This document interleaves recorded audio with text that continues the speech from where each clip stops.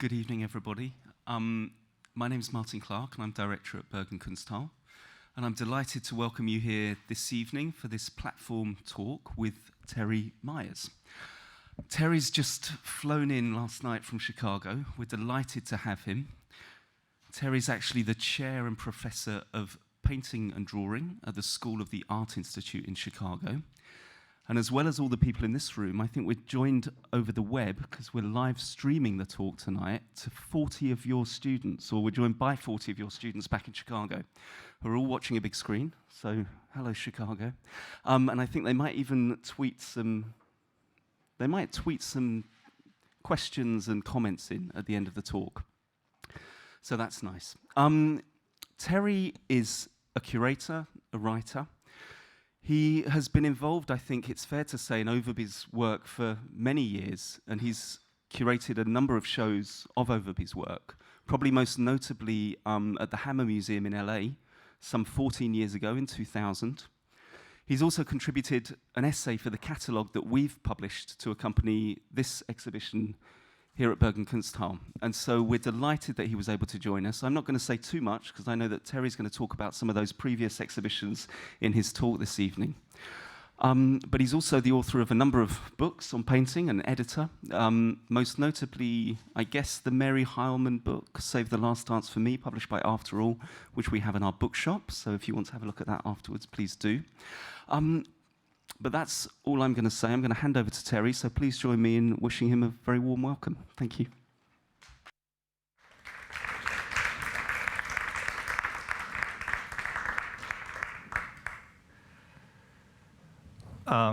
Thank you, Martin.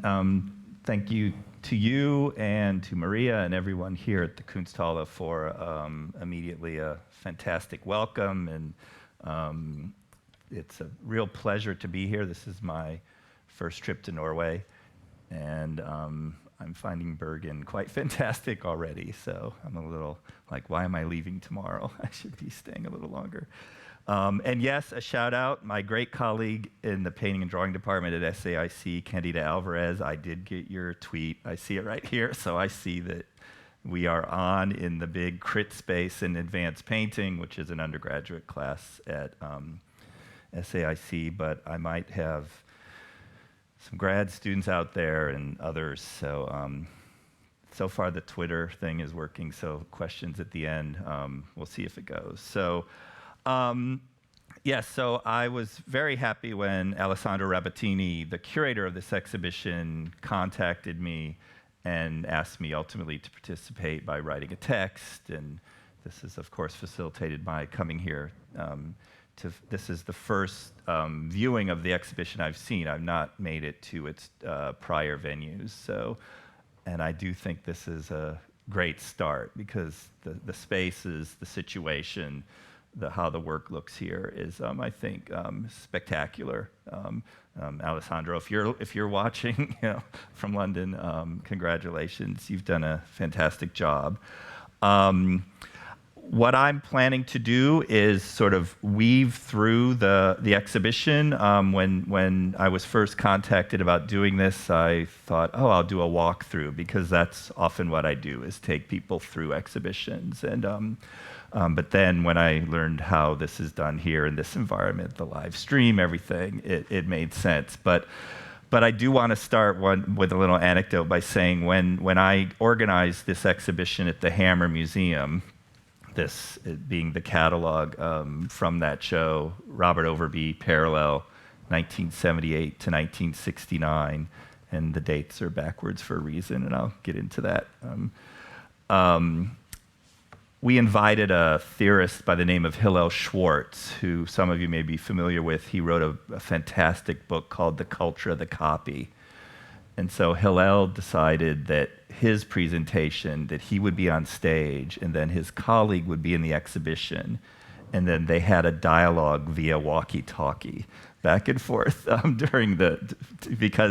because he hit on this idea of Overby in relation to copying and things going through generations and the work moving through time, and ultimately this the large idea of Overby's, which I agree with, that this idea of Overby striving to find humanity in his work. And but humanity comes at a price, I guess I would say here. So to give you just a little background, I lived in New York from the mid-'80s to the mid-'90s before I moved to Los Angeles. But in the early '90s, I was able to be introduced to and meet Bob a year or so before he died. So I immediately knew he was a force. But I tell this story all the time. After he died in 1993, learning about the work, primarily through an exhibition by a dealer in Los Angeles by the name of Sue Spade, who did an amazing show in her very small gallery that sort of took the top off of my head when I saw it, because packed into the space, all of this, what is going on with this guy? And then my second thought was, damn him, that he never said to me, I did all these things in the 60s and the 70s, and maybe you should come by. But Bob, especially at that point in his life, he was so in the moment, so in the present, he wasn't interested in looking backward. And I think now, having done this first exhibition, so I wanted to start first with a view from this show, because the thing that Alessandro does in this show that I think is perfect, but I would not have felt comfortable doing 14 years ago, is mix things up in the rooms. That said, my show was a much shorter time span. The show in LA was just 10 years of Bob's work. This is really the first full survey. So that you would walk in, and I like this view because you get the text panel of the exhibition, but then you get these poly prints, these untitled, these re-photographs of Polaroids of the sky, but then you get a view into the next room and you get one of the latex works and then a painting. And this is, the 70s and the 80s. Well, really, yeah, the 70s and the 80s all mixed together just in one shot. Okay. So I apologize. These are very bad images from my exhibition, because even though it was in 2000, which seems very now, I have slides. I don't have JPEGs of the installation. So this is the opening view at the Hammer Museum of the exhibition I put together. And first of all, the title, Parallel, comes from notes. As you can see, some examples upstairs. Bob did extensive notes in his notebooks, in his sketchbooks. The bound ones, the ones that he bound, are now all in the collection of the Museum of Modern Art. But the later unbound note pages of his notes, there are a few upstairs in the vitrines. They're very nice to see. I will note here that one thing about those notes is to note the handwriting, because one thing that's so amazing about Bob is that he died of Hodgkin's disease, but he, from his 20s until his death, was dealing with very severe arthritis. So it puts another spin on the making of all this work, especially the latex casts and the concrete pieces. So this is a man who had a very particular relationship to his body that I think directly impacted how his work came together. And you see here on just a very corner of the vitrine that had the notebooks here on the right-hand side.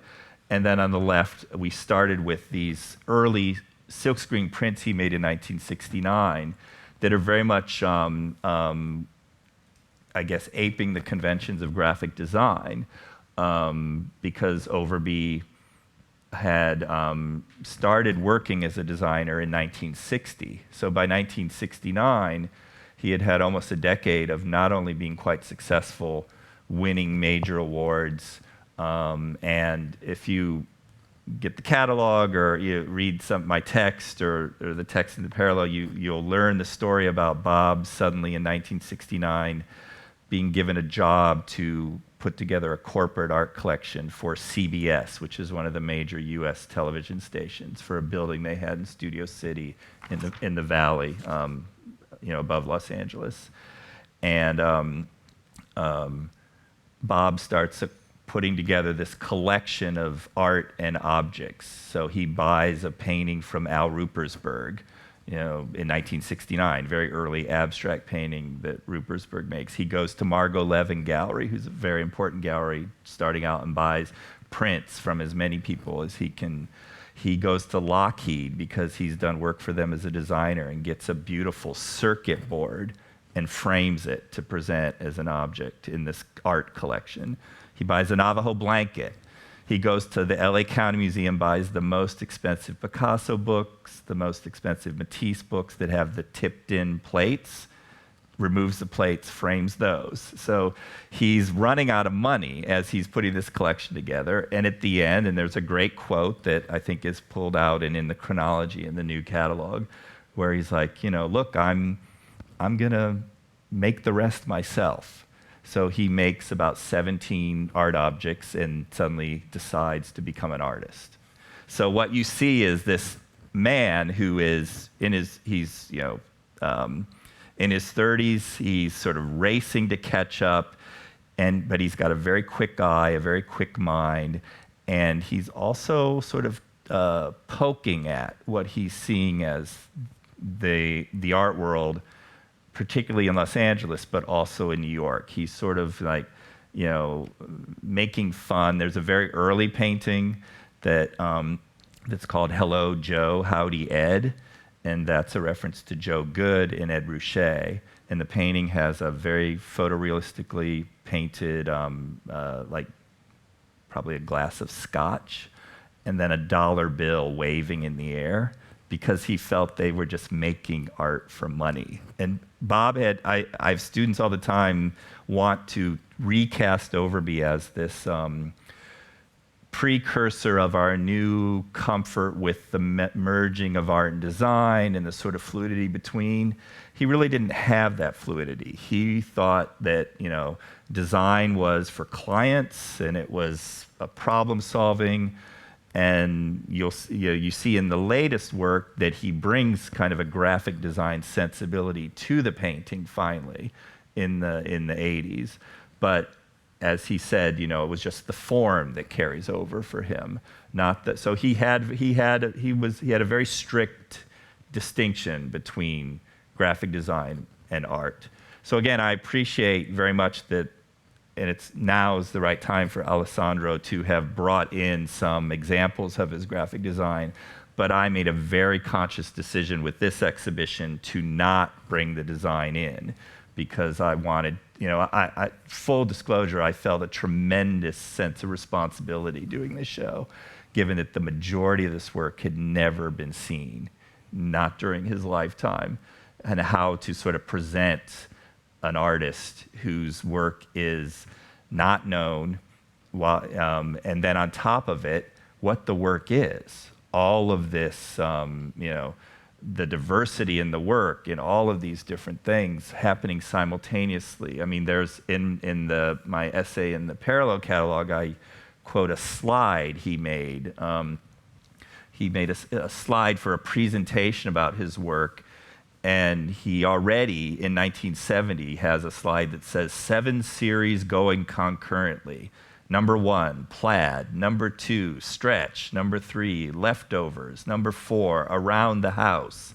Number 5, Tradition. Number 6, Light. Number 7, Environments. So he is trying to, he's paying attention to what's going on in contemporary art. He's a fast learner. And he's trying all these things. In his notes, he always calls them experiments. He's trying experiments, and the things that go well, he keeps doing. Some things he abandons very quickly. He's very good friends at this point with the photographer Ralph Gibson, and it's Ralph Gibson who talks him into buying. Arturo Schwartz had just published the big book, The Complete Works of Marcel Duchamp. So he buys that, and he flips through that, and he makes some Dada objects. He's sort of racing through things. And he's got a designer's sort of mentality on a certain level. I'm showing you here, this is an image from parallel from the show I did. And on the left there is a very interesting work, an early PVC work called Madonna Door. And it's actually the first door image. And if you've been through the show, you know that doors and architectural formats are key to Overby's work. So that's a piece of clear polyvinyl chloride PVC that was vacuformed over a door that he put a sort of pregnant belly on. So it's very hard to see, but that's basically a sort of a transparent pregnant door. And it's kind of corny on something like that, like really the first door, pregnant with, possibility, like all, and of course, what I love about I remember Paul Schimmel, who was chief curator at MoCA, now works with Hauser and Wirth Gallery, coming to the studio when MoCA was going to acquire a piece after the Parallel show, and looking at that, and he had to wrap his head around it in relation to his beloved Bob Gober, because Gober had done these door pieces in the 90s, or in the 80s. But the great thing about younger artists, Rachel White-Reed, all these artists, is that they're all off the hook, because there's no way they could have known Overby's work. And Overby is paralleling everyone else, hence my title. In his notes, he says, "Uniqueness is of no consequence. Anyone can parallel me." So this idea of everything running on parallel tracks all at once. What you see in a row here are about, I think, 30, I can't remember exactly, of a piece he did called 50 Painting Sketches. They're now all in the Museum of Modern Art as well. These were the ones he had framed. The other ones were still in the sketchbooks at this point, and it was decided between the estate and MoMA, when MoMA acquired the sketchbooks, to very meticulously remove the others. So now MoMA has all 50 that individually framed, and they've shown them once at least. So the reason these pieces are so important is that another key thing about Overby is that as he's doing all this experimenting, as he's working in, on the left here, concrete, and on the right, rubber, and I'll get to the little rubber sock in a minute because it's super important. PVC, resin, all these different materials. He really is seeing himself as a painter.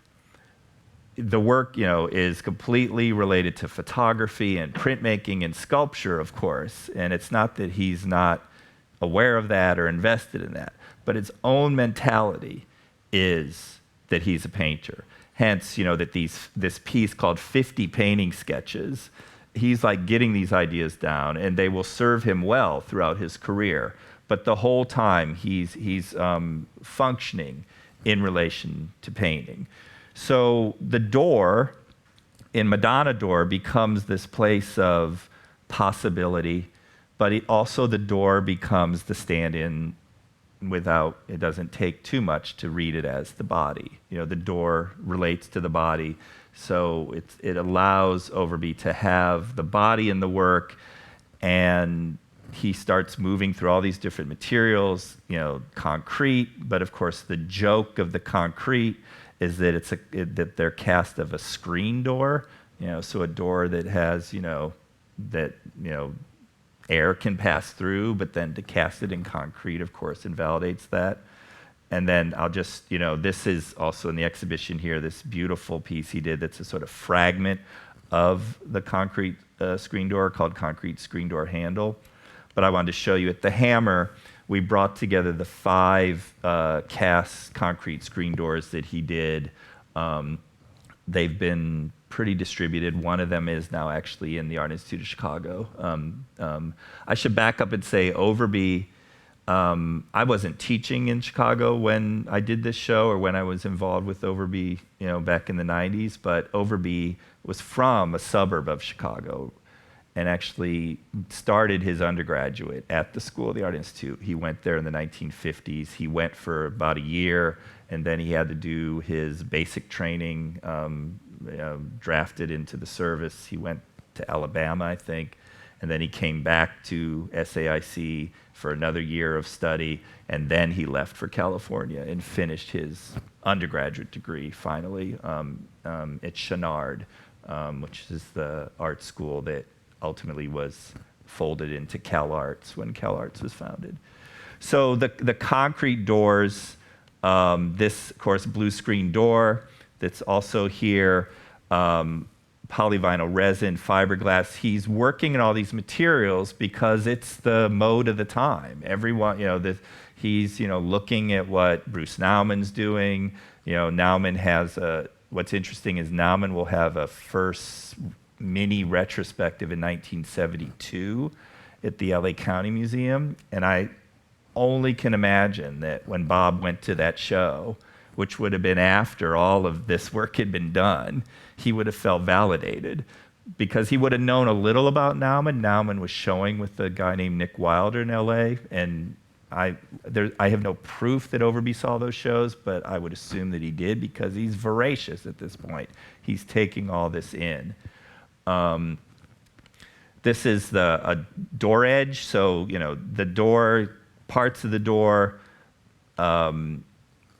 The story goes with blue screen door that this ragged edge on the right is an approximation or mimicking a kind of deckled edge paper in a book. And again, because he comes out of graphic design and printmaking, and that he's for whatever reason, he's interested in that enough to have made this very unusual door. And then sort of reaffirm the edge by making these door edges. And then I just wanted to show you from the hammer. So the one that's here is the first one there. And then there's another one that he painted yellow next to it. And then that's the blue screen door from here. But then this on the right, he did two versions of that wiggly edge in neon. So that's one of the neon pieces that Overby did. The other one blinks on and off. This one just stays on. So all these versions, but one blinks, another doesn't. Like everything is ultimately sort of going through permutations. So all of this experimenting, I'm leaving out some work that I'm going to come back to, mainly because of the way the show is organized here. So all of these different materials, all of this use of the door in particular, a great quote in his notes or in his interview he gave was that everything you need to make your art is in your backyard. That he wants the work to be identifiable and present and ultimately moving through time. And this idea of things having states of being or moving through time is just crucial to him. Alongside them, the thing that he's constantly in his notes stressing and stressing out about, I guess, that he's wanting to figure out how the work can have what he keeps calling the feeling. And this idea that that it's the feeling that the work provokes is what he's really trying to get after. So as I say in the parallel essay, he's looking for a way to sort of bring all these things together. He's looking for a way to figure out how to make all of this work. And so I'm just going to read you I just say at the end of the section as I'm sort of setting up his story. Overby's Finding the Door could not have come at a better time. It can be argued that it literally unlocked his work, releasing it from the grip of self-referential formalism or process and moving it into the vernacular, even domestic places where he felt most comfortable. On the brink of what would be his most productive time, Overby was still missing the one thing that would give him what he needed to make his work simultaneously commemorative and transformative, past and present, the perfect medium. And he would find it in rubber. So, this is where I just get annoyed that I didn't know when he was alive to just ask, so he cast this sock rubber sock on February 18th, 1971. And note that he always dated work at least up till 1974 with the actual day, partially to reinforce this idea of things existing in relation to time. But also, I think his wife, Linda Burnham, who's also a fantastic artist, a painter, they talked about how they would have these on December 31st, these sort of like dating artwork parties in their studios as they would figure out, am I going to let this artwork be from this year? Or I'm going to, so this idea of things having a particular moment. But he makes the rubber sock. The second work he makes in rubber is documented upstairs, is the 15-meter long cast of a side of a building, which unfortunately didn't survive. But I'm like, I guess he thought it must have gone really well. Like he cast this sock, and then the next, what should I do next? Oh, I'll do my friend Saul's building, 50 feet long, and roll it up and stick it on my Volkswagen and drive it home. He had a kind of, he was so successful as a designer, he had a kind of ego. He had a kind of chutzpah even, I think, that he's like, I can do this. I can get involved in this. But rubber really becomes the place where all of the things that he's striving to get at as he's really becoming an artist, as he's not just necessarily reacting as much anymore to what he's seeing and what he sees other people doing, but starting to produce on his own. So here again, the great view of the installation here with what arguably become the works that have become the most lauded, the most poetry has been written about them by various critics. These large latex casts from a body of work that he called the Barclay House, it's named after what was a kind of transient hotel on the east side of Hollywood on Melrose Avenue that had a serious fire and almost completely burned to the ground. And he and as many friends as he could find went in there before they were gonna, I think the building was torn down, and cast as much of it as possible. And so there are 28 individual works that are part of this series. Some of them are small. I don't want to give you the wrong idea that all of them are these massive walls like the ones here. And then I'll show you, this is a view of the Hammer show with the one on the right is here. The one on the left is the longest one that survived, it's 30 feet long.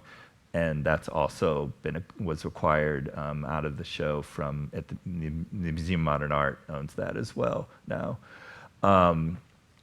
So these pieces, what's interesting is at the time they were made, obviously Overby going to find a burned building allows for this kind of idea of pathos, this kind of idea of drama.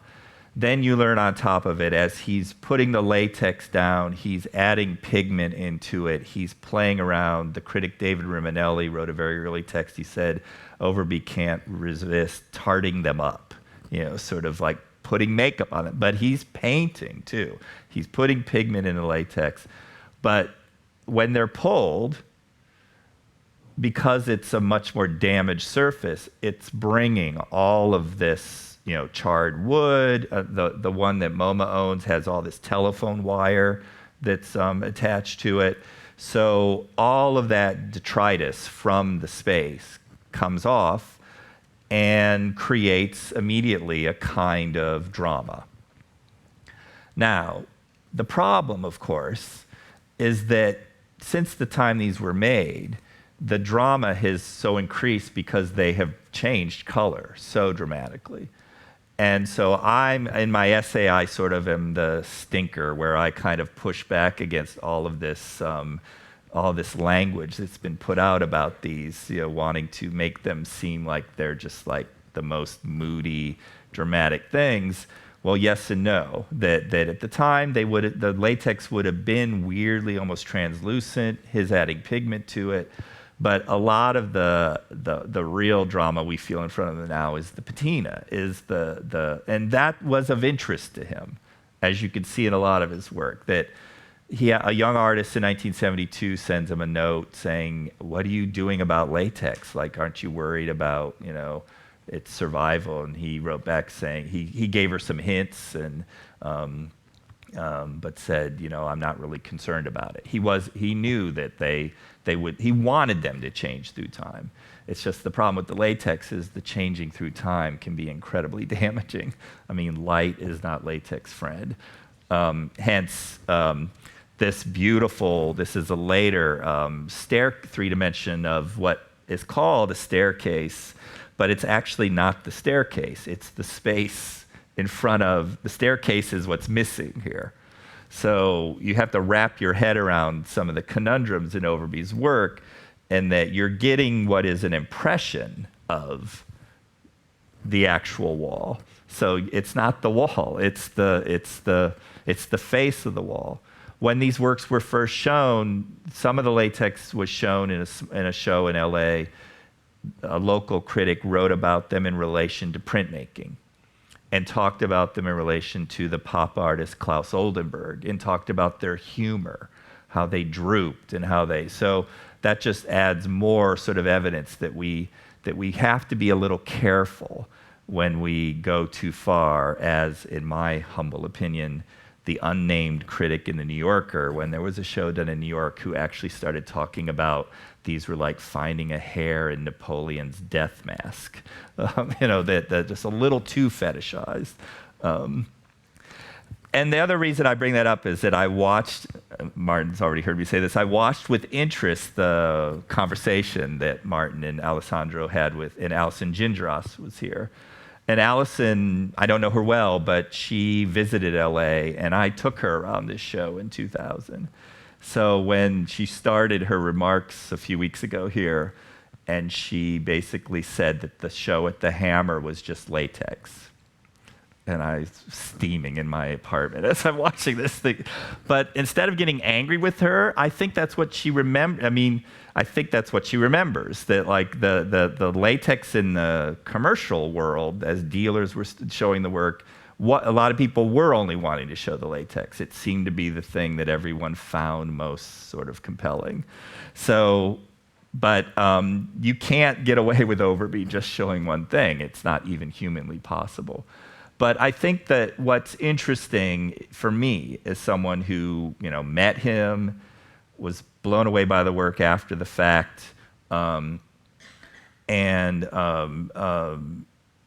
did this show in 2000 and then did a couple shows after that in 2004, is every moment of Overby is a moment for those who discover him at that point to sort of think, oh, this is the moment for Overby. This is now. The art world now is perfect for sort of dealing with someone like Robert Overby in 2014.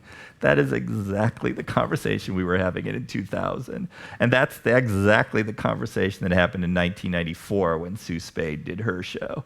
Is that this idea that we're more open to it now is, I think, not true. I think that the fact is that Overby will always resist fully being integrated into history, partially because he was a kind of curmudgeon, and his work contains that kind of irritation. In the essay for the new catalog, I talk about how I'm sure this is what he wanted. He wanted this work to sort of be able to be of a certain time, but also resist that time. When I did the show in LA, I was invited up to CalArts, and Thomas Lawson, who's the dean, he, from the back of the room, he said, it's a very interesting question. He said, MoMA's just acquired that large wall.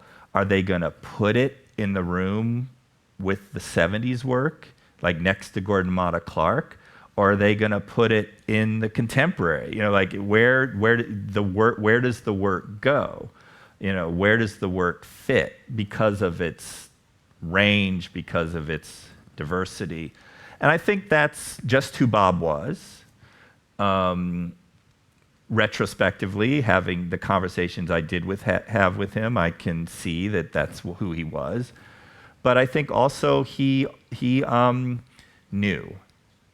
I said this to Linda Burnham when I first started really going through the storage and excavating things to start figuring out doing this show. I just remember saying to her, I'm like, I'm just convinced he knew this work was going to have a big public life. Just the way he left it, the way the way everything was sort of put away and presented, he knew. The other reason that I know he knew is because maybe some of you have seen this, but this little book, what we call the Red Book, which has just been republished as a beautifully done facsimile edition. I think this is the facsimile edition, I assume. The originals are hard to get your hands on.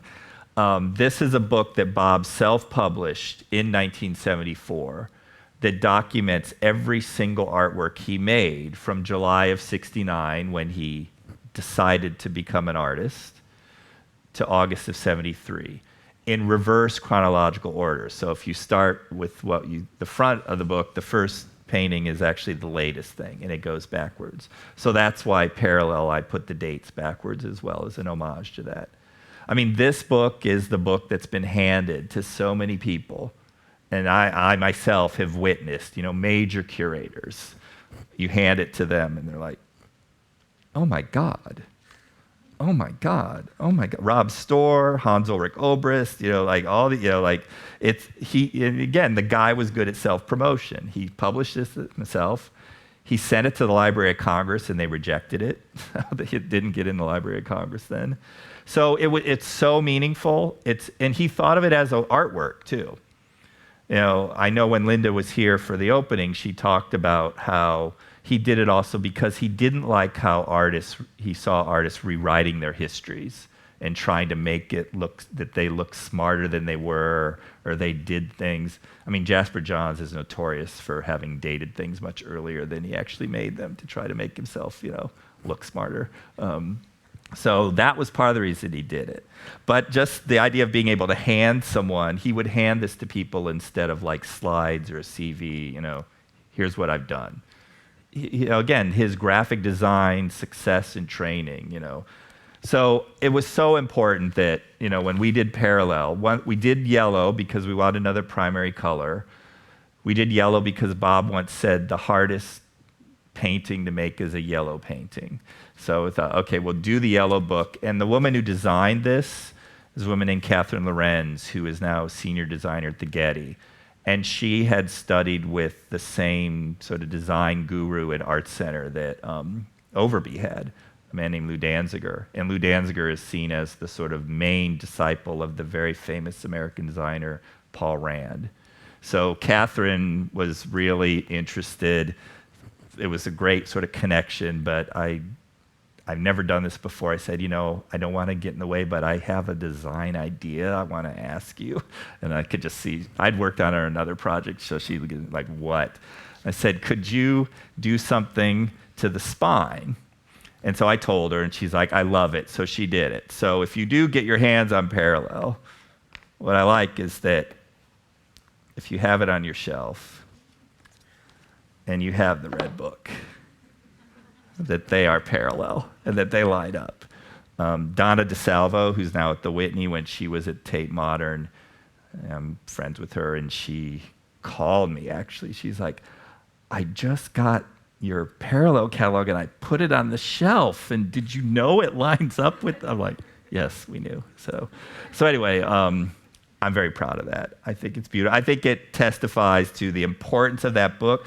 None of this, my show, even the Sue Spade show in 1994, Alessandro's show, all the gallery shows, all this new attention, none of this would have happened without this Red Book. So if there are any young artists in the room, it's a role model for a kind of thinking about self-promotion. Okay, so moving through, this is door with hole, second floor from the Barclay House. again, as much as I'm pushing back against all this language that's been attached to these works, they are dramatic, that even if this has changed color, that hole, which is just from something probably having gone wrong with, maybe there was something really the fire had made very sticky, so I don't know, like why that hole, but Bob accepted it. This beautiful East room with 2 windows, which in the Red book is installed very flat. I assume that he must have adhered it to the wall, because I don't see how it wouldn't have drooped from the moment it was made. But it has drooped more and more. That one look, I was saying to Maria yesterday, I'm like, it looks different than I remember it from the shows I did in 2000 and 2004. They're changing. They're alive. They go through time. But if you haven't spent time up there, they're worth sort of looking at, but keeping in mind what you're seeing is either the change from the latex, but also all this material, all this stuff that had pulled away from these walls. Surface, bits of burned wood, so on and so forth. And of course, they function on a tactile level as painting. They have their sculpture implications, their printmaking / photography implications, because they are literally a kind of instant impression of what something looked like, this wall. But then ultimately they are paintings. And again, the 50 painting sketches that I showed you earlier really helps reinforce that. What's great here in this show is that by mixing it up, you get to have this relationship between the paintings and between the paintings that are conventionally paintings, meaning oil on canvas, or versus these material object sculptural printmaking hybrids. So one of my favorites, that of course is insane. That painting's really, it's only about that big, but and it may be impossible to see. But one thing that I love about this painting, which is called Sky Plane, and again, if you look at the catalog and you read the chronology, Bob's third love, sort of aesthetic love, I guess, after art and design, not after, they were all equal for him, was building meticulous model airplanes. His father had worked at Boeing, but someone has to show the model airplanes at some point because they are amazing objects. Chris Burden should be so lucky to have made airplanes as nice as Bob's. But there is, in this painting, it's easier to see in front of the real painting, there's a very faint square, sort of dead center in the top part of the sky. You can kind of make it out up there. So this kind of moment of geometry just sort of looming there. This moment of a kind of window in. It's also goofing on his, again, Joe Good, the LA artist who was doing these torn cloud paintings. There's a conversation going on here, but Overby was always separate from that. Again, because he was, I think, a designer, was part of the problem. It's what ultimately would lead to him not showing in New York. Was first, I think that he was from LA was a problem for the artists that were in the gallery he was going to show with, artists like Robert Smithson, Carl Andre, basically told the dealer, John Weber, that they would leave if he went through with giving Overby a solo show. And Overby was LA, but I think that he was a designer was the bigger insult. They knew. I think they knew what he was up to. And in an interview later, he says they were right. I didn't have any business being in that gallery. They're all just a bunch of abstract painters, which of course I take as not. It's a joke, of course, but I also take it as being very meaningful, because abstraction is something that Overby is really not interested in. Anytime you see something that we read as abstraction, It's really something else is going on. Now, I mean that in the sort of conventional, if we still want to agree, there's some dialectic between abstraction and representation.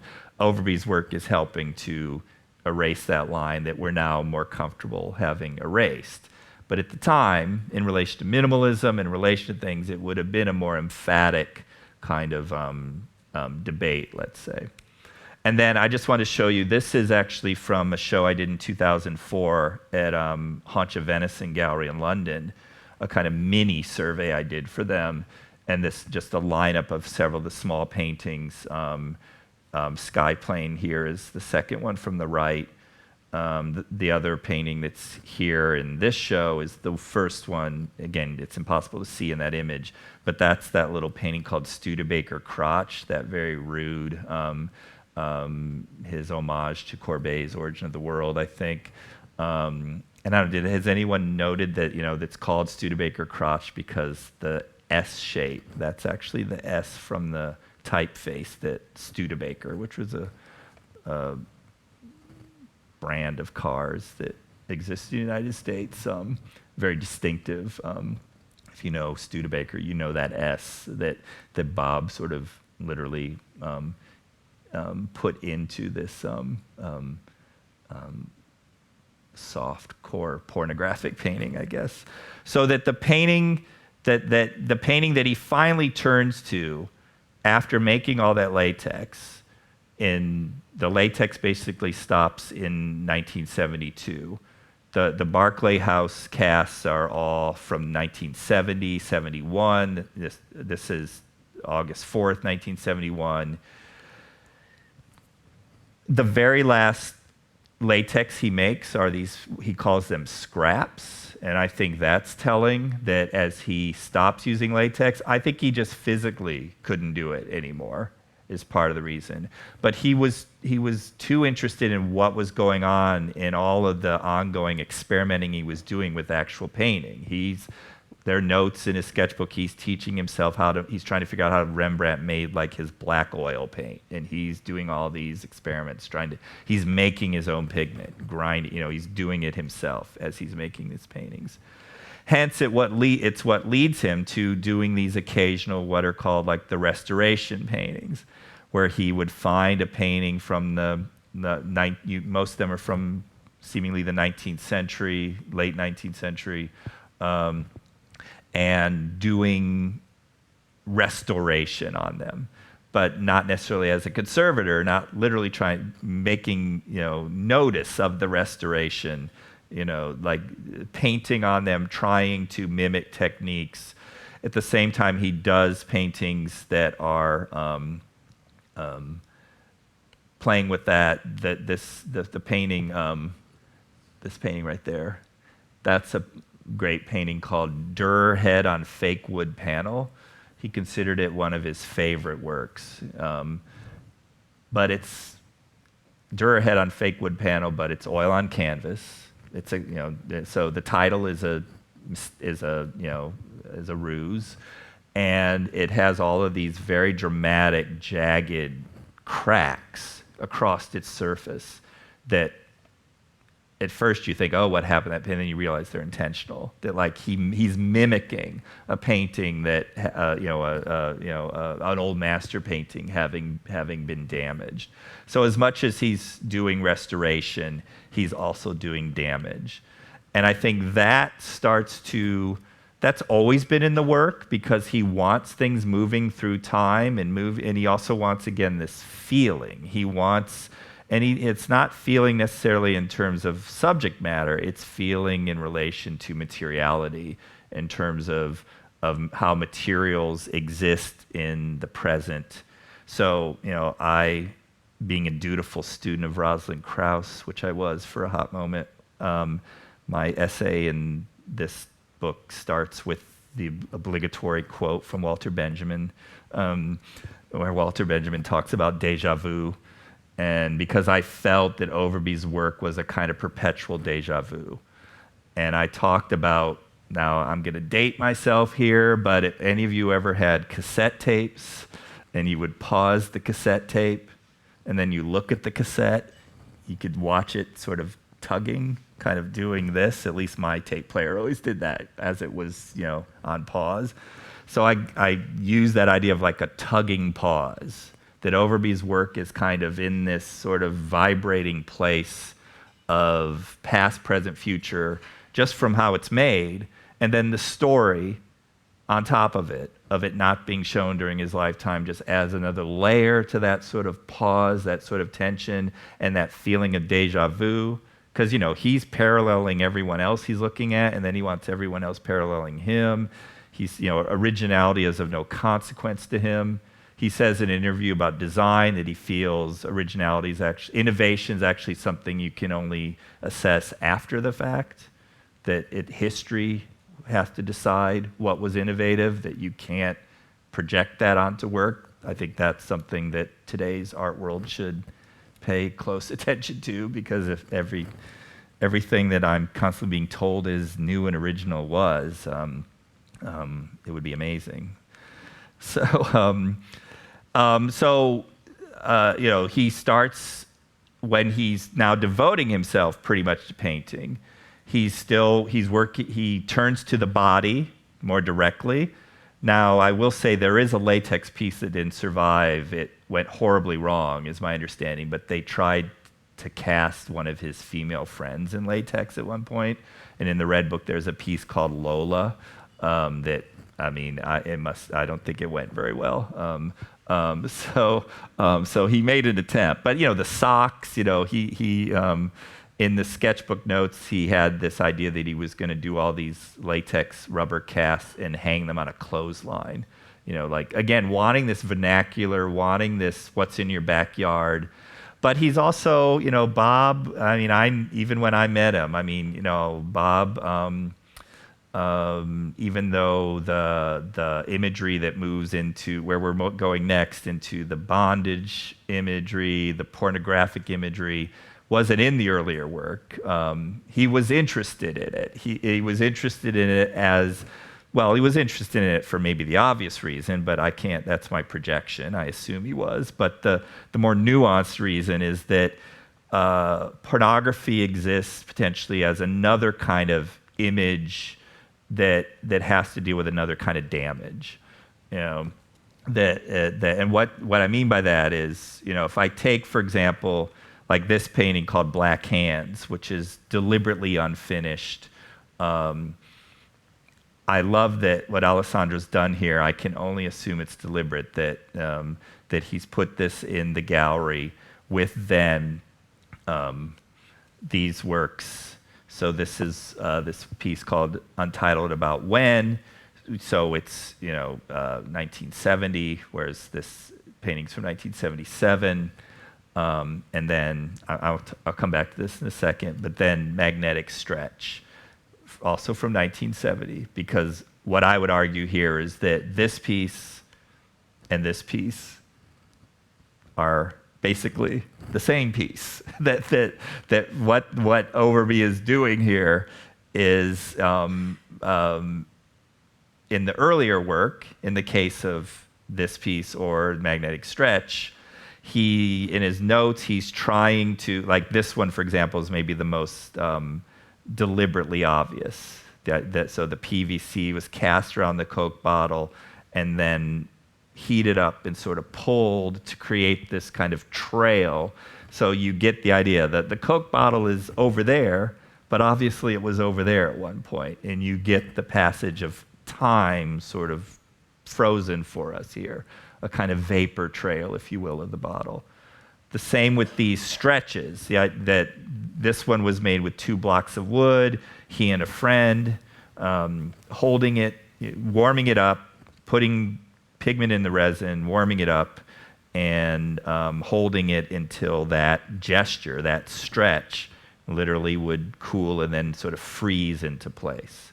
So, and in his notes, he's constantly obsessing about, is that getting him to the feeling? Is that getting him to a sort of human action sort of presented? And he never, I think he never felt he got there in this work. So that when he turned to painting and he brought this imagery in, I think it enabled him to get there. and to complicate things that were going on in the work all along. So even though, again, all of this, what seems to be this eclectic, this different bodies of work, there's a real thread that unites all of this, I think, that makes him very consistent in some ways. And what's interesting for me as a viewer of this show to see it all mixed up is how much that's being reinforced for me being here. And I'll probably have more to think and say about that in the future at some point. This is a view of a room in my show at the Hammer with 3 of the stretches. Again, the concrete door with hole that is here, and a very strange piece that is very inappropriately displayed there. This piece on the floor called Projected Space Between My Legs. And it's totally goofing on Naumann, and he's cast 3 sort of versions of the space between his legs. But the point of that piece is that it's intended to be installed in the ground, in grass, in the idea that grass would ultimately grow over it and it would disappear. That's how that piece is supposed to be shown. But we put it on the beautiful wood floor instead here. And again, I really appreciate here the juxtaposition of those stretch pieces. These vitrines, of course, have the Coke piece and a couple others, the magnetic stretches on the opposite walls, with then these later works from 72, the so-called canvas maps. So that at the time Overby starts stretching canvas and using oil paint and making paintings, he also gets a sewing machine and himself sews these canvas maps of many of the latex pieces. So I think I love these maps. I just think they are so kind of fascinating because not only do they, of course, resubstantiate the format of many of these latex pieces, they do it using the material of painting, and they, as I said in my text, they slow down that sort of snapshot quality that the latex first had, that idea of it's an immediate impression. You get what you get when you pull it off the wall, the same way old Polaroid, you would pull it, and the poly prints, the pulling of that pulling has been slowed down, represented, and of course these will last. These I mean, some of them have had to be like dry cleaned because they got some rust stains on them, but they're not going to degrade the way that latex can degrade, especially in light. And then that he made a canvas bag for each one, a shoulder bag, and you fold them up and stick them in the bag and walk away with them. So the whole point is that you're not supposed to, you're supposed to take them right out of the bag and hang them up. And then over the run of the show, the wrinkles will, again, another kind of idea of the passage of time in these. But I think they indicate what I was saying earlier, that the work there is a line that goes through the work, that despite all of these different modes, all of the sort of eclecticism of the Red Book, there's a line that unites the work in a very sort of powerful way. So now moving, this is my rejoinder back to Alison Gingeros. This is basically the start of the second half of Parallel, where there were a bunch of paintings and things that it wasn't just the latex. But I mean, this idea of that being the memory, like that these works were harder to take. Like I had friends come to the show and they would get through some rooms and get to this room and be like, now I really don't know what's going on.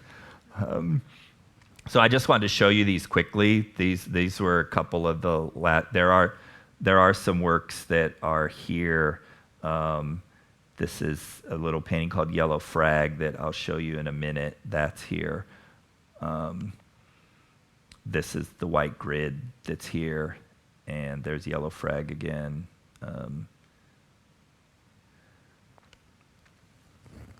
So, as I said in the Hammer catalog, the sick joke of turning from using latex to depicting latex, but depicting latex as found in images from bondage fetish magazines is, perverse.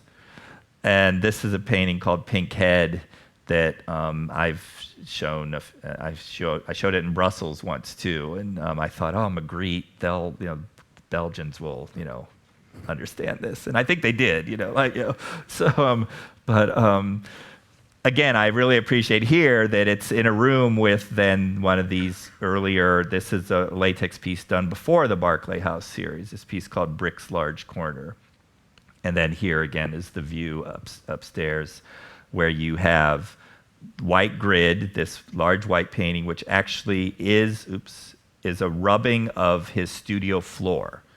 So the grid that's in it it's painted just by him very lightly having rubbed the floor of his studio to create the grid.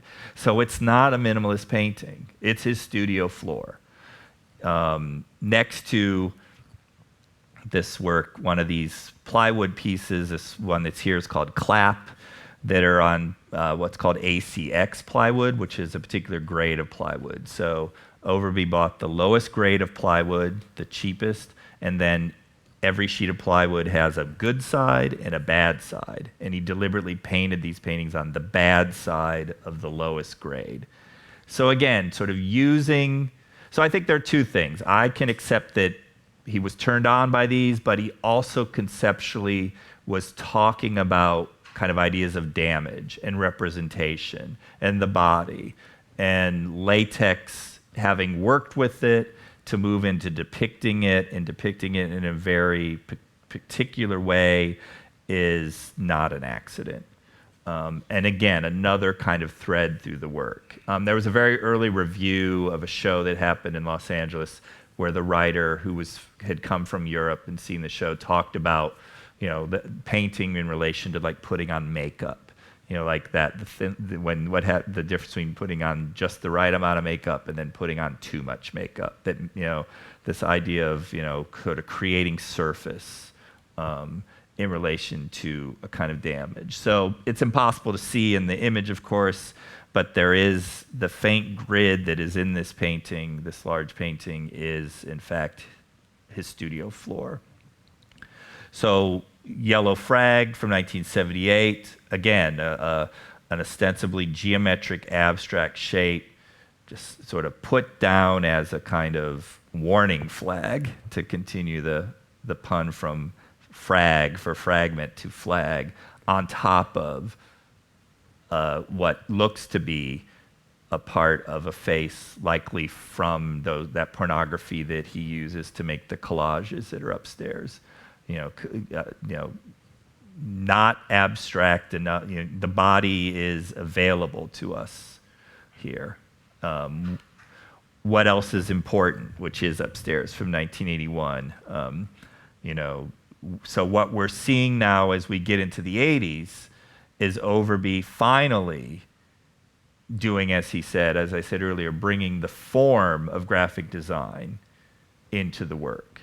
But it's still for him he's not trying to make a sort of hybrid statement. Now there's some evidence that even though he would say that he sort of didn't always necessarily follow through. He does a self-promotional brochure in 1984, and it's the only time that I know of where he puts images of his art and images of his actual client graphic design on the pages together. So 1984, but he's aware, like, when he's doing the plywood pieces, that's right around the time David Sally's at Cal Arts as a student, and David Sally's going to emerge, and what's going to emerge in, especially painting in New York, Overby once again seems to be sort of prefiguring that. And then here, this is another exhibition I did in 2004 of the later paintings at the Luckman Gallery at Cal State LA, and I just wanted to give you a couple installation views. In some ways, this was my favorite show because you just walked in, and it was just so like the show just sort of like laid itself out for you. This very big, beautiful space. And so, again, these are the last paintings. They weren't made to be the last paintings, but unfortunately they became the last paintings. And they show, Overby completely, moving in a completely new kind of outrageous direction, and showing off on a certain level his skill, his his abilities in terms of even his draftsmanship. One of my favorites is here. This thanks Leo Manzo. Weird. It's surrealist. It's sort of classic '80s, design. I don't think I have. No. Oh well, here. It's actually you can tell who it is from far away, but this is a great painting. He did these two paintings using the face of Brooke Shields from Vogue model campaign. But the thing is, it's easier to see in reproductions. When you see the actual painting in person, you can't make her out because it's this sort of a polka, Sigmar polka-esque, Ben-Day dot kind of image. But there she really, at least for me, her face really pops. And then, I like the sort of, with the warning label on the entry, with the sort of sex room here, the last room with the collages, but then to put this painting, Computer Whiz, and this painting, to have this be one of, I like to think of it as like the last painting, because to have this painting called Computer Whiz, that Bob is, pre-Photoshop, all the, if my students are still watching, all the, shifting around of imagery off the internet that's going on in painting today. This painting's pushing back against it before it even existed. And I think that's again, I think why these moments of Overby keep occurring and reoccurring, is that it's not just that we're the right art world now to see it. It's that it's always been there, and that his work has these constant moments, and those moments function because, as I say at the very end of my essay, because of the thing he always was most fixated on, which was for better, for worse, the human. And it really is for better or for worse. That there's really no moments of moralizing in his work, no moments of, but there's also not ironic distance.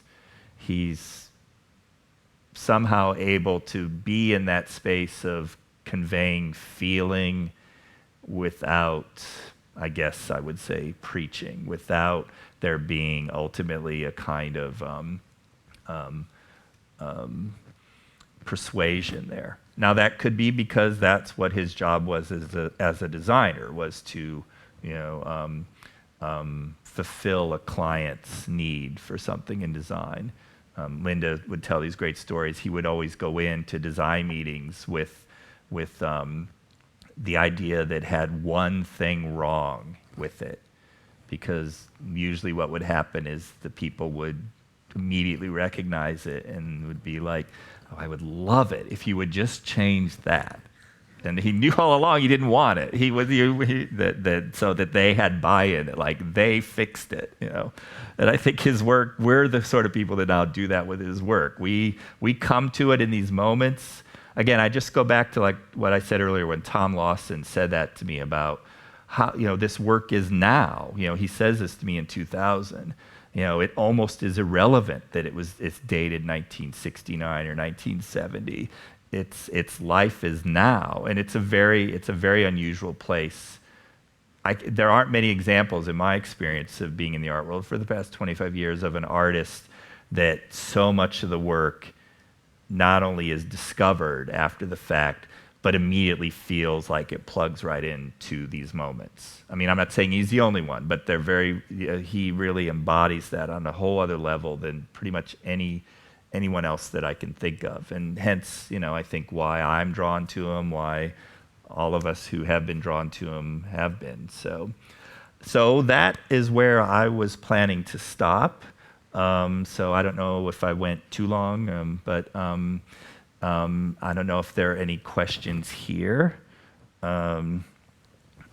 Anybody have any questions or comments or concerns?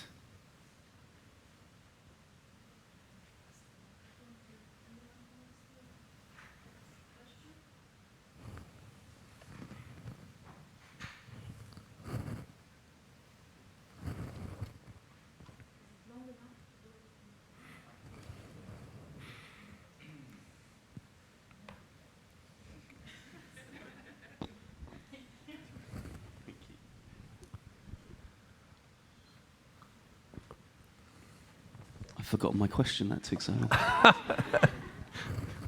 long. I'm interested in. I mean, you've talked when I've talked about this show, which, as I have on a number of occasions, we've always talked a lot about the career as much as the work, and the fact that there was that moment where there was that aborted show that didn't happen, and that somehow, despite that, Overby continued to keep making this work, and despite the fact that there were very few people interested and there were very few shows. I wondered whether you could maybe say just a little bit more about, I mean, you've touched on some of this in what you've said already, but how much you think that the condition of the work being made in that way, being made in that sort of not necessarily in opposition, and I know, again, I obviously I didn't meet Overby, but I understand that he had this very particular personality, and certainly in the conversation that I was involved in, I made this comment, and I think it sort of is reinforced by some of the things that you've said, that it's not just the fact that there was this problem of his reception at that moment. I think this work would still be problematic now for various reasons, because of who he was and how he operated, and that relationship he had with the art world.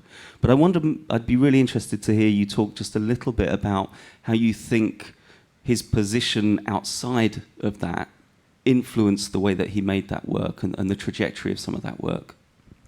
No, it's a good question, and thanks, Martin, because it makes me realize I should mention that one of my big ideas in the new text, in the new catalog, is that I decided that to talk a bit about how much Overby was also perpendicular in his work. If I was going to use this idea of parallel, that he was also perpendicular in his willful contrarianness, in his very peculiar situation. So, this moment where he's basically blackballed in New York. There's also, he was set to have an exhibition in Naples, Italy, with a very important dealer, Lucio Emilio, who's most known for someone who have done a lot of work with Joseph Beuys. Emilio sends him a letter. We have to delay because Beuys is going to do this thing, and then Bob never hears from him. It's clear that the New York situation. So that, from all accounts that I know, that was very devastating for him. I mean, he had met with Leo Castelli back then. He took the work around New York, and John Weber was an amazing gallery. So, but I will say that I think I don't want to overdetermine his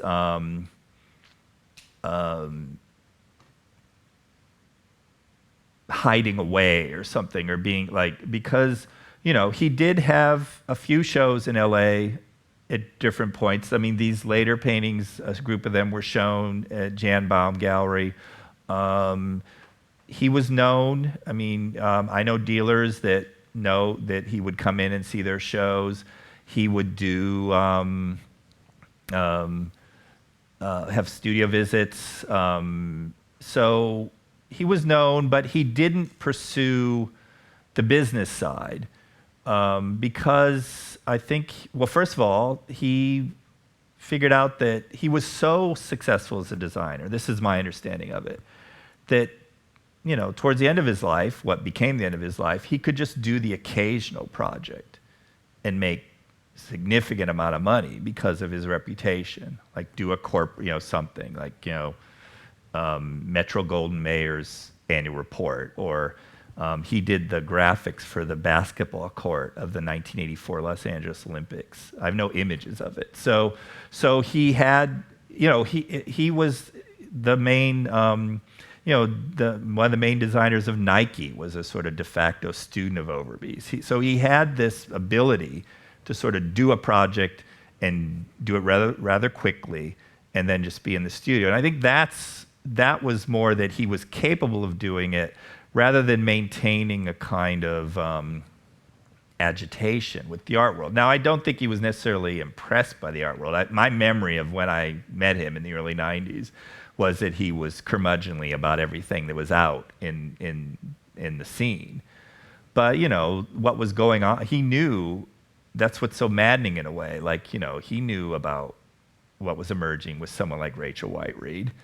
The first time I met him, I had blown in from New York. I was doing the LA thing, driving around, seeing a bunch of shows, and that he didn't. We're sitting in Larry Pittman's house, and he doesn't say to me like, I did all this. You should come see the stuff. But I don't know. I just feel it just makes me a little nervous to overdetermine that. LA, part of it is that's also because he was in LA, where LA, I mean, I talk about this I see some things going on my Twitter from Chicago, but I talk about LA often in Chicago in relation to Chicago. So I'm going to get a little off track here, but it's part of the point. So there's no minimalism really happened in Chicago because of this group of artists called the Harry Who, some of you may know of, that so dominated, but they were so antagonistically oppositional to New York. They just were, they completely hated New York, wanted nothing to do with it, were antagonistic. LA artists didn't have the same idea. LA artists were more willing to sort of play around with minimalism, bring it back, whether it's like light and space or whatever.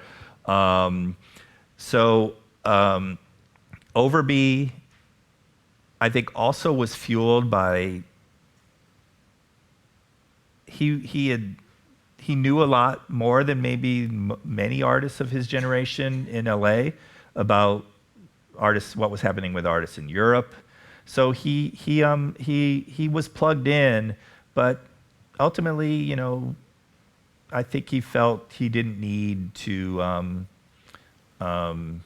put the work under that pressure, and that's a very different art world than what we have now, of course. So I don't know if I've totally answered your question, because I'm kind of resistant to it, because I just think it, like I've had people say to me, like with this recent wave of attention, it's because the art world has gotten so big and everyone's looking for things to sort of, put out into, and I know there have been some great installations of Overby's work at art fairs these past few years, and they've been revelations for people who didn't see my show or haven't been fully paying attention.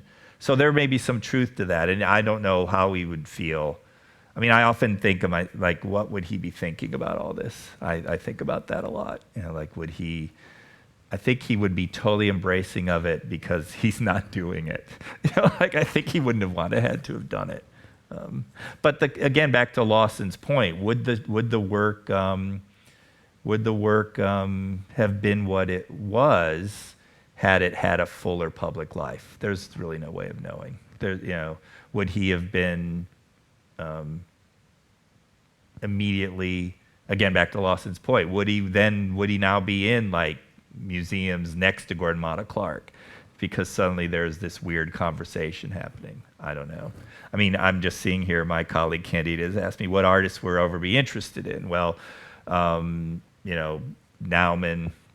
but also I know from his library, he had early knowledge of the artist Franz Erhard Walter, who was someone that obviously influenced him, like the canvas maps, I think, are clearly almost a kind of homage to his work.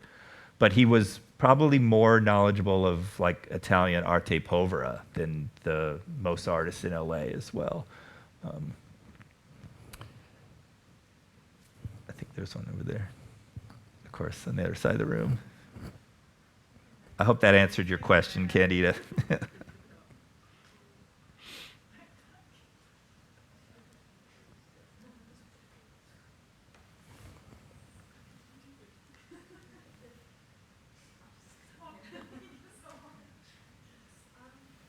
I was wondering, apart from his exclusion from the high or the sanctioned art world for what seems to be kind of reasons of snobbery or just going with a dominant strain, was there, and I'm sure there was, but what was the extent of any kind of serious critical engagement with his work or debate over his work? And I'm thinking particularly of the kind of the girly pics, like the porn collages and the paintings of the nudes. I just wonder, I mean, in the US between the 60s and the 80s, feminism was really emerging, and feminist criticism in art in the US at that time.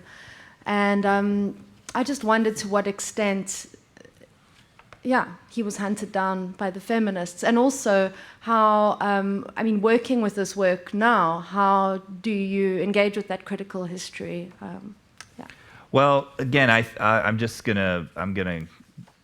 gonna go back to my 2000 mind or 1999 mind when I tried to write about that here.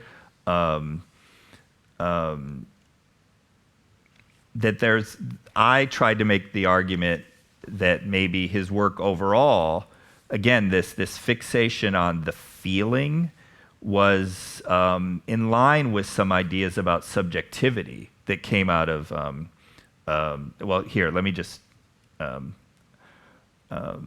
just going to read you this thing. It's about a very different work. Actually, I can show you.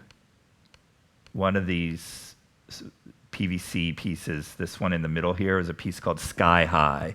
So the resin it looks like almost a photo of a sky when you first see it. So Overby's notes from July 29th, 1970 are telling, written 2 weeks after completing Sky High. And then this is him. Hang up. Formalizing is getting away from direct experience. How do I institute the emotion, the feeling? Stretch was originally intended to satisfy above. Does it? How do you sustain the necessary feeling long enough? Can't do it by showing object, has to be more direct, exclamation point. And then this is what I say. It is crucial to note here that the thing that Overby was demanding be more direct was not the object or the process, as would be the case in minimalism or post-minimalism, but the feeling. In this regard, it is not too far-fetched to suggest that his intentions have much in common with the investigations of personal subjectivity that characterized the feminist art of the period.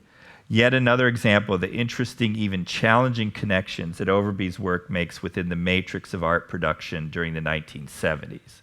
So my point there is not that he was a feminist, but that I think when he turns to, as I said earlier, these images as another kind of representation of damage, and I use that word very directly, he didn't want to be a moralizer, and he wanted the complexity, the thing that's making me hesitate is what he wanted. He wanted this to be, difficult. So when he does those plywood pieces, again, on the cheapest grade of plywood, on the deliberately bad side, and painting these kind of awful images, but at that point they are not pornographic. They never go there. And even the collages here, it's been noted by others that he removes the male genitalia and removes a lot in his cutting and pasting.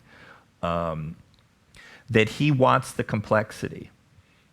I mean, I hope I'm not telling tales out of school that Linda Burnham, when she married him, had been in the 70s. She marries him in the early 80s. A student at CalArts and a member of the feminist art program, the famous, and there are great stories about he's making this work and her friends being like, what? Like, what? But he was complex. So I think that, he didn't want to be a moralizer. The damage and the problem, he didn't make it up, but of course, because of who he is, it's going to be impossible to sort of have it be read in one particular way. But I do think that when you take his work as a whole, that you would be left realizing that maybe it's too easy to immediately assume that those works just go there. I think Allison tried to say a very similar point, if I remember correctly,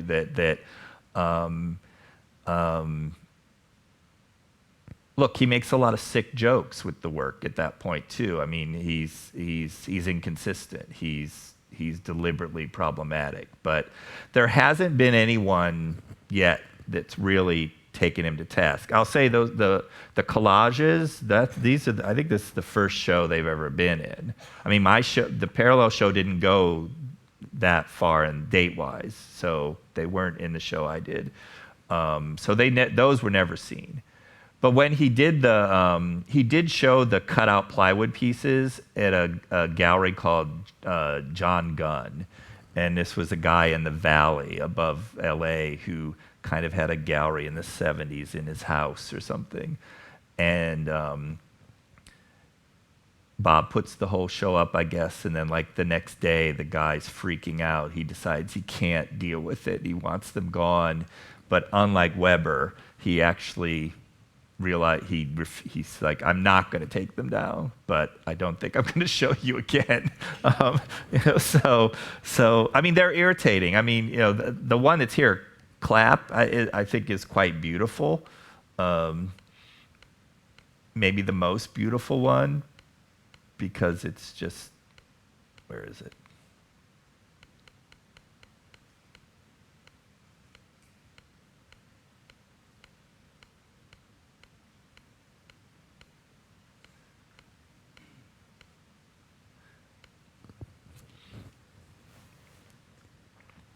I find that one, I mean, completely ridiculous, but kind of beautiful. Unlike then, it's very hard to see in my image, but this one, it's called Oh Annie, it's just hard to look at. So I don't know. I mean, as this work, it would be interesting to see how people are going to try to come to terms with that aspect of him. It remains, I think he held it open as a problem. I think that was his goal, was to keep it as a problem. But David Sally tried a similar shtick too. It didn't always work.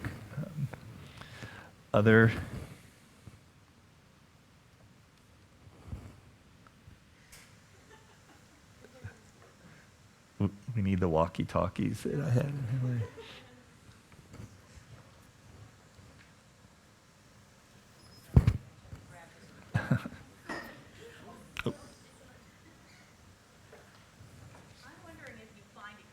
In any way to make comparisons with Andy Warhol? I mean, he did a little painting, it's in the Red Book, that he called Warhol Head.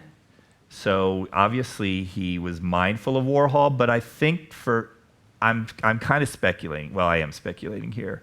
I think for him, he really saw Warhol would have been too blurring the lines of art and design. And not so much in terms of his perception of himself, but in terms of, although he had an incredibly different trajectory, the kind of facility that he brought to what he did and the outsider status that he pushed against in his own way. Yeah, I mean, I can accept that. I mean, I think that what they also share is a kind of, not wanting to be a moralizer, but again, I think, I was about to say, Bob's insistence on the feeling, and of course Warhol wasn't about that, but he kind of was. If you think about it, that all of his protesting about this is Warhol about, just being surface, and you look at those death and disaster paintings, and they're pretty intense. Yeah, I don't know. I mean, no one has really taken that on yet as a. I mean, what's going to be interesting is if there is going to be an attempt to kind of really write him into history more directly now. My own view is that, as I say in the essay for this new catalog, that, his work will always be a kind of irritation, that it will, and that maybe does separate him out from someone like Warhol, that his work is always going to be sort of not, well, let me back up. I called my essay in the new catalog RTO because he does a print in 1969 called Study for Space Number 9 Study for RTO, and RTO stands for Right Turn Only.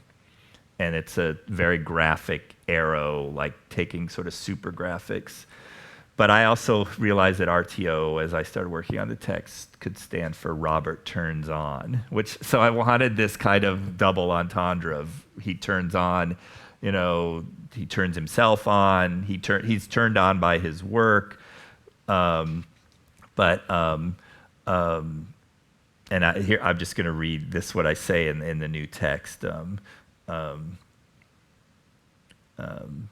One of Overby's best friends, the photographer Steve Kahn, made it very clear to me while I was organizing Parallel just how devastated Overby was about these cancellations. Now they read as evidence of underlying insecurities on the part of the art world establishment at the time, providing an emotional framework for Overby's perpendicularness that resonates more and more for me as his work continues to be discovered. And since right turn only is a rule of the road that is often broken, especially in Los Angeles, it's crucial to understand the various ways in which Overby's work often resists paralleling many things, even or especially when it actually looks like it is doing just that. This, to my mind, is something that makes him a Los Angeles artist through and through. So that's a part of it. His LA-ness also, he really fits. I mean, LA art history is finally starting to be incorporated into the discourse. And he's quintessentially LA in some ways. It would also distance him from someone like Warhol. And then I say, I'm convinced that his work will never fit quite right into history, and I think this is how it should be. In some ways, he's now getting what he wanted all along.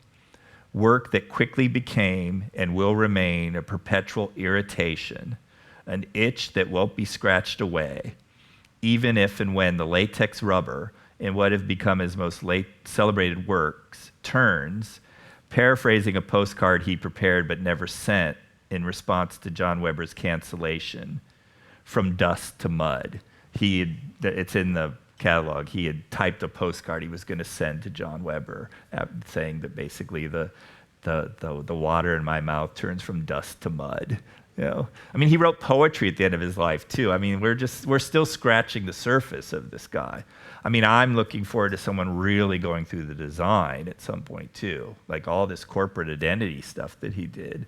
I mean, in parallel, we had a designer, a very famous designer named Marty Neumeier, wrote a very moving foreword at the front, where Overby walks into his design studio and starts flipping through his samples, and he looks like a borderline homeless guy, according to Marty Neumeier, and he's like, "This your stuff?" And he's like flipping through it, and Neumeier's like, "Yeah," and he's like, your type is terrible." And he's like, well, again, he's thinking he's a homeless guy or something. He's like, some of these are award winners, and I guess Overby shoots him this look like, are you kidding me? And then he's like, well, if you're going to do that, you got to look at Brodovich. And he starts rallying all this stuff, and this guy's thinking, who the hell is this guy? The other anecdote I want to say, riffing off of that, is that I wasn't there, but the memorial that happened in his studio after his death, Marty talks about it. What was so great about it is that Linda, his widow, was worried that no one was going to show up.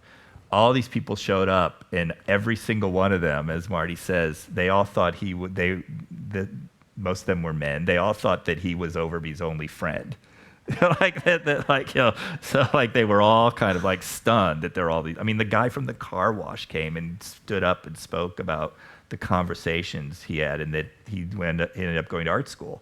So as much as maybe he was cynical in that, he was available, and this is before, he was sick by the time I met him. So, even the show I did in 2004, the director of that space at the time, in her foreword to the brochure we published, she talks about an artist taking her when she was an undergraduate in 1985 to Overby's studio and being blown away by this guy. So yeah, he was unique. When I did Parallel, I was mindful of, I thought it really was going to take a serious show being done in Europe, that we were going to need, that what it really needed was the work being recontextualized, and have, sort of the European art world have to come to terms with this man, was the next thing that would have to happen. And I think this show is definitely doing that from all indications. So, yeah. Anybody else?